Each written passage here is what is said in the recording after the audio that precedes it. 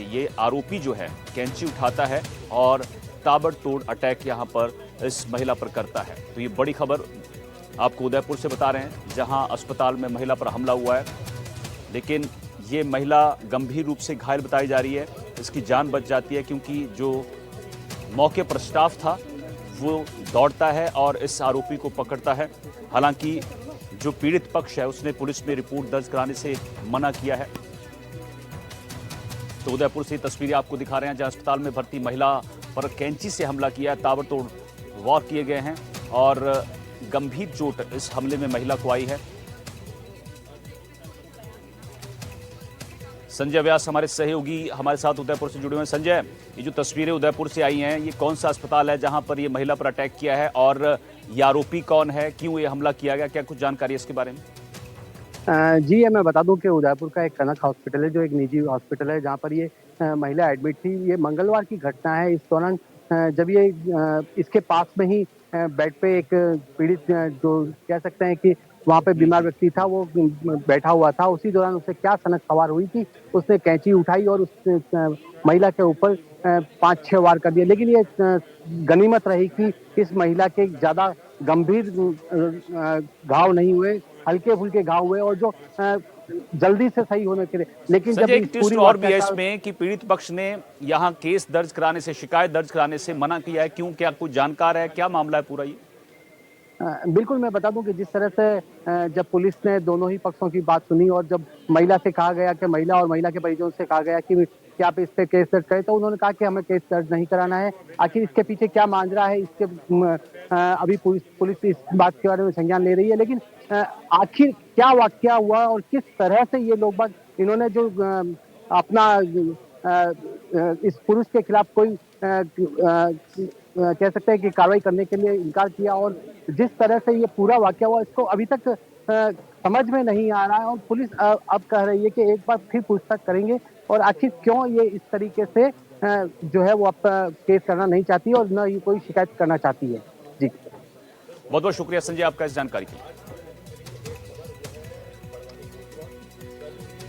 चलिए आगे बढ़ते हैं। दौसा से आपको इस वक्त की बड़ी खबर बताते हैं। यहां पर बांदीकुई में एक महिला को हार्ट अटैक आता है, जिसके बाद उसकी जान बचाई गई है। सीपीआर देकर इस महिला की जान बचाई जाती है।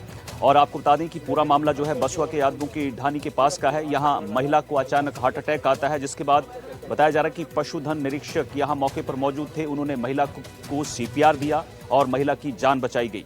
तो ये बड़ी खबर दौसा से बता रहे हैं, जहां बांदीकुई में एक महिला को अचानक हार्ट अटैक आता है और उसके बाद महिला की जान बचाई जाती है। ये तस्वीरें देखिए आप, किस तरह से यहां पर महिला को सीपीआर दिया गया। और ये तस्वीरें जो हैं, ये तस्वीरें जीवन दान देने वाली हैं। और अगर आपके पास आसपास भी कोई आदमी अचानक बेहोश होता है, किसी की तबीयत खराब होती है, तो कोशिश करिए कि उसको सीपीआर दे, ताकि उसकी जान बचाई जा सके। देवेंद्र सिंह नरुका हमारे सहयोगी हमारे साथ दौसा से जुड़े हुए हैं। देवेंद्र, जो तस्वीरें आई हैं, यहाँ एक महिला की जान बचाई गई है, इसको हार्ट अटैक आया और सीपीआर देकर महिला की जान बचाई। क्या कुछ जानकारी है पूरे मामले, कौन महिला है और जिन्होंने सीपीआर दिया वो कौन है? बिल्कुल, मैं अनिल आपको बताना चाहूंगा कि दौसा के बांदीकुई विधानसभा क्षेत्र के बसवा का ये पूरा मामला है, जहां पर पशुधन जो निरीक्षक है मनीष कुमार जैमन, उन्होंने ये सीपीआर देकर इस महिला की जान बचाई है। जो मनीष कुमार जैमन है, उनका बात हुई थी हमारी उनसे, उन्होंने जानकारी देते हुए बताया कि वो रास्ते से गुजर रहे थे, तो एक महिला, अपने ये जो मुस्लिम महिला है, ये बच्चे के साथ बैठी हुई थी। अचानक इसके सीने में हार्ट अटैक की शिकायत की स्थिति को देखते हुए ये सीपीआर देकर उसकी जान बचाई है। महिला को उसके परिजनों के साथ में अस्पताल भेजा गया है, जहाँ पर अब जो महिला है उसका जो इलाज है वो उपचार हो जारी है। कहना तो ये भी है कि जो महिला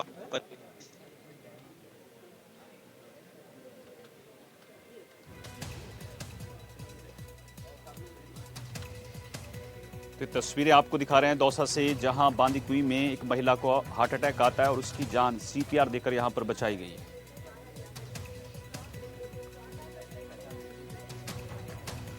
चलिए आगे बढ़ते हैं। नागौर से आपको खबर बताते हैं। यहां पर एक स्कूल में तोड़फोड़ की है। क्रिसमस के मौके पर कुछ युवक स्कूल में एंटर होते हैं और जमकर तोड़फोड़ करते हैं। बताया जा रहा है कि इनके हाथ में लाठी डंडे थे, जिसके बाद इन्होंने स्कूल में जमकर तोड़फोड़ की है। स्टाफ के साथ मारपीट की गई और जान से मारने की धमकी भी दी गई है। घटना की सूचना पर यहां पुलिस मौके पर पहुंचती है और इन तीनों युवकों को हिरासत में लिया गया है। तो क्रिसमस के मौके पर स्कूल में तोड़फोड़ का मामला सामने आया है। एक निजी स्कूल है जहां युवकों ने जमकर तोड़फोड़ की है।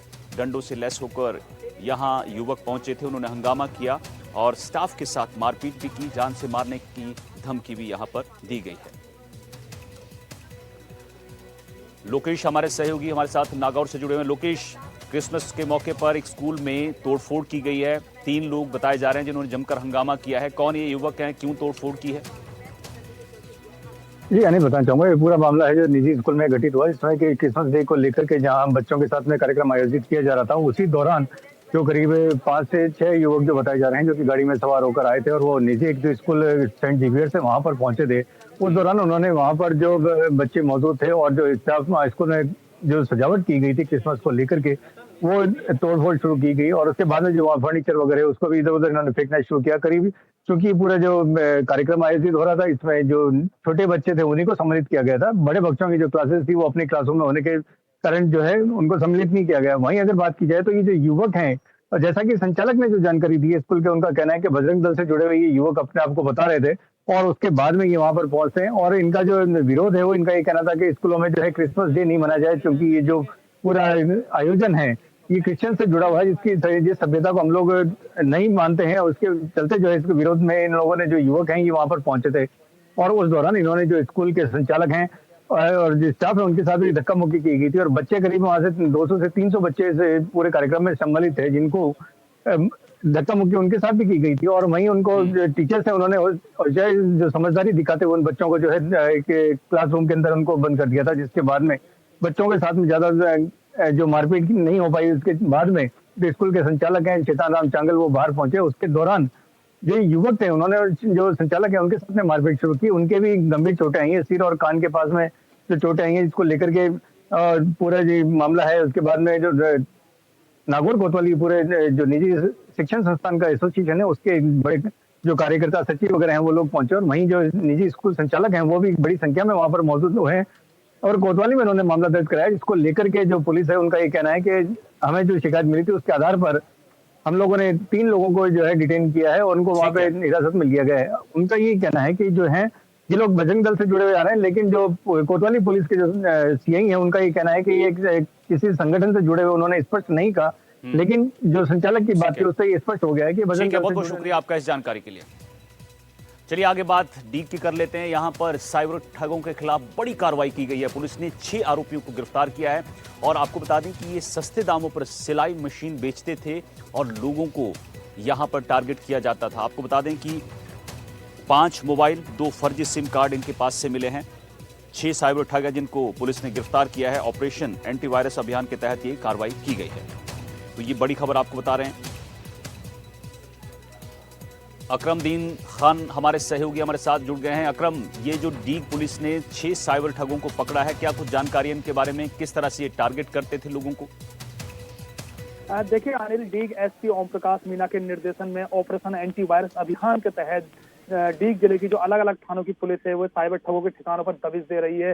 जहां पर 1930 की लोकेशन के आधार पर पहाड़ी पुलिस ने भी एक बड़ी कार्रवाई को अंजाम दिया है, जहां कोलाका गांव के पास से ही इन साइबर ठगों को गिरफ्तार किया है, जो सस्ते दामों में सोशल मीडिया पर चाहे सिलाई मशीन हो, चाहे पुराने सिक्के हो, चाहे अन्य सामान हो, उनको ये ऐड डालते हैं। फिर सामने वाला शख्स इनसे संपर्क करता है तो ये कोरियर चार्ज के नाम पर अपने खातों में पैसे डलवा लेते हैं। साथ में ये सेक्स टॉर्शन के माध्यम से भी लोगों को अपने जाल साज में फंसाते हैं और सुंदर लड़की का एक प्रोफाइल फोटो फेसबुक पर लगाते हैं, फिर उनसे हाय हेलो भेजकर उनसे दोस्ती करते हैं और साथ में उसके बाद उनकी न्यूड वीडियो उतार कर उन्हें ब्लैकमेलिंग करते हैं और साथ में पुलिस अधिकारी बनकर भी उन्हें डराते और धमकाते हैं। जहां सामने वाला शख्स है उनके डर और सहम जाता है, जिससे उनके बताए अनुसार खातों में पैसे डाल देता है। साथ में देखा गया है कि अभी तक ये 2019 से लगातार साइबर ठगी को अंजाम दे रहे थे।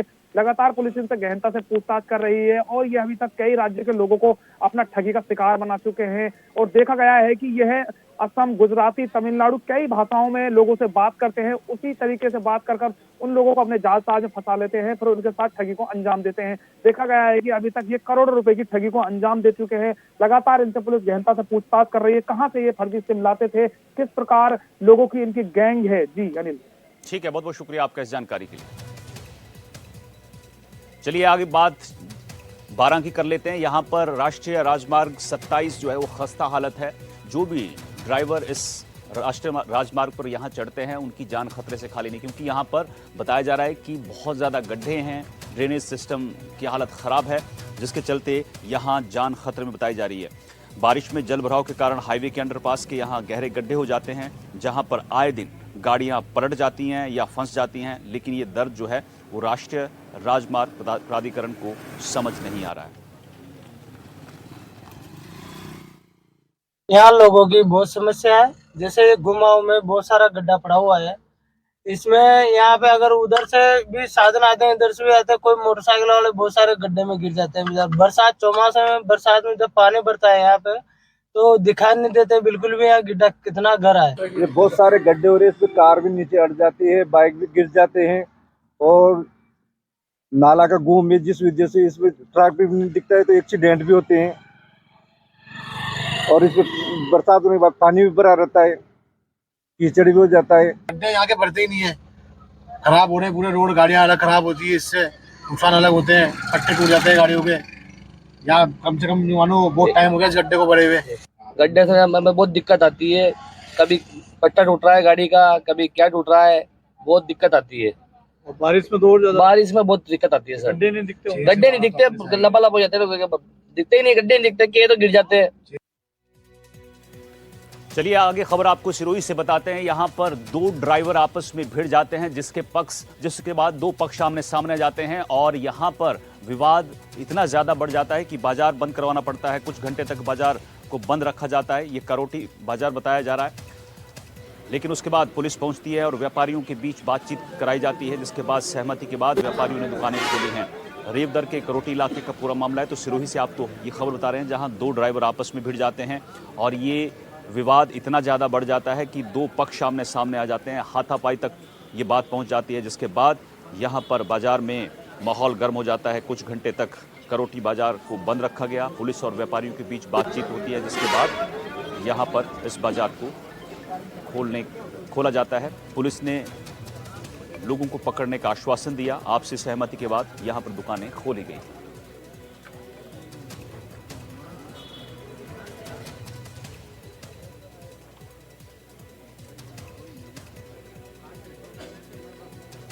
तो ये सिरोही की तस्वीरें आपको दिखा रहे हैं, जहां विवाद होता है, दो पक्षों में हाथापाई तक बात पहुंच जाती है।